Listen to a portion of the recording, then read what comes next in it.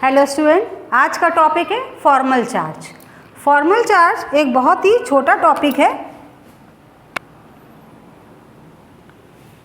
Formal charge का formula है बेटा, formal charge is equal to valence electron minus lone pair electron minus bond pair upon 2। Valence electron minus lone pair electron minus bond pair upon 2। अब इसका जो है मैं एक simple सा फॉर्मूला बता रही हूँ जो कि हम लोग अपने उसमें देखते हैं, कैपेसिटी या क्षमता, कैपेसिटी माइनस जो है, ठीक। कैपेसिटी मतलब इसकी क्या पावर है, क्या कैपेसिटी है, कितने बॉन्ड ये बना सकता है, राइट। चलिए फॉर एग्जाम्पल हम लोग ले लेते हैं Cl2। Cl2 है तो Cl एक इधर होगा, Cl इधर होगा।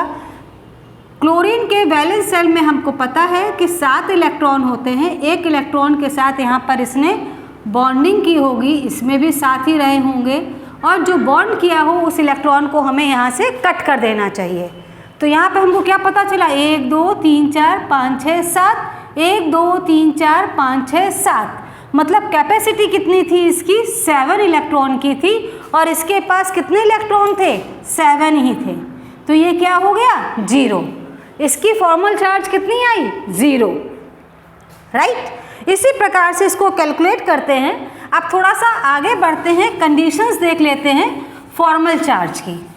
ये फॉर्मल चार्ज का जो फॉर्मूला मैंने इजी बताया है, इसको मैं यहाँ पे लिख देती हूँ, कैपेसिटी माइनस जो है, राइट। चलिए अब पहली कंडीशंस पे आते हैं हम लोग। पहली कंडीशंस क्या है इसकी, for covalently bonded molecule, for covalently bonded molecule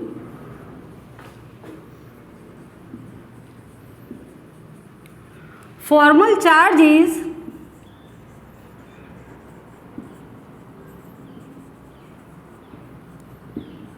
-1, 0 and +1।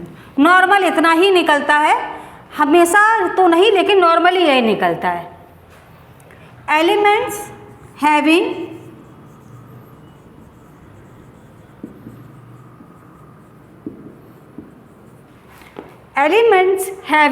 other values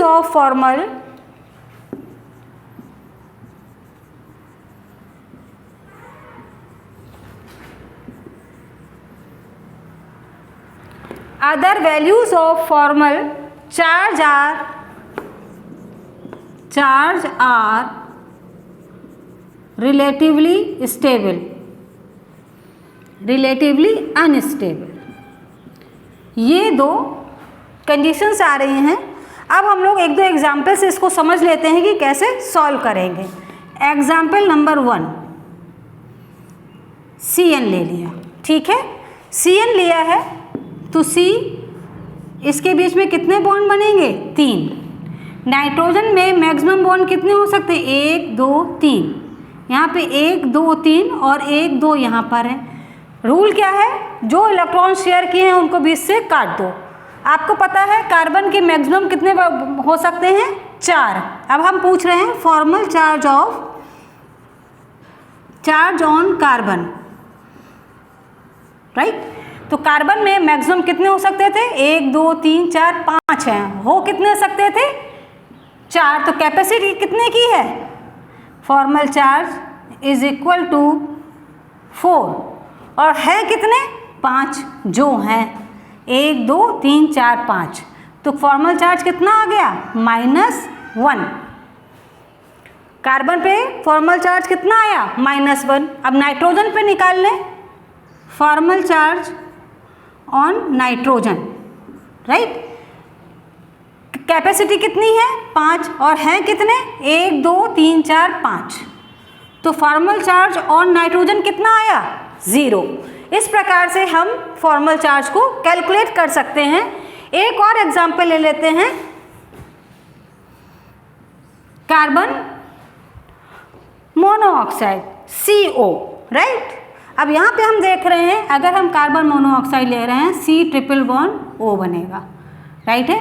फिर वही रूल है कि जो इलेक्ट्रॉन शेयर किए हैं उनको बीच से हम अलग अलग दोनों में बांट दें। इसमें कितने होते हैं 6 इलेक्ट्रॉन, 1 2 3 4 5 और एक कितना आ गया 6। कितने इलेक्ट्रॉन आ गए 6। ये इलेक्ट्रॉन इसका नहीं है, राइट। अब कार्बन में कितने होते हैं 4, यहाँ पे आ गए 5। अब हम यहाँ पे फिर इस फॉर्मूले पे वैल्यू को रखें तो यहाँ पे देखें फॉर्मल चार्ज ऑन कार्बन कितना है, कार्बन पे होना चाहिए 4, है कितना 5, कितना आ गया -1। तो ये जो माइनस आता है ना ये कार्बन पे आ रहा है, यहाँ पे जो माइनस आ रहा है ना ये कार्बन पे आ रहा है। सोचते हैं हम लोग नाइट्रोजन पर, ये माइनस चार्ज किस पे आता है कार्बन पे। ऑक्सीजन पे देख लीजिए फॉर्मल चार्ज ऑन ऑक्सीजन 5 और हैं कितने 6, ठीक। जो है सॉरी कैपेसिटी कितनी है 6 और हैं कितने 5, तो कितना हो गया यहाँ पे 5 ही ने किया है ना और कैपेसिटी 6 की है तो कितना आया +1। तो फॉर्मल चार्ज कितना आ गया ऑक्सीजन पर +1। तो इस प्रकार आप फॉर्मल चार्ज को वेरी इजीली कैलकुलेट कर सकते हैं। आज के लिए इस टॉपिक को यहीं तक रखते हैं, कल मिलते हैं एक नए टॉपिक के साथ। Thank you.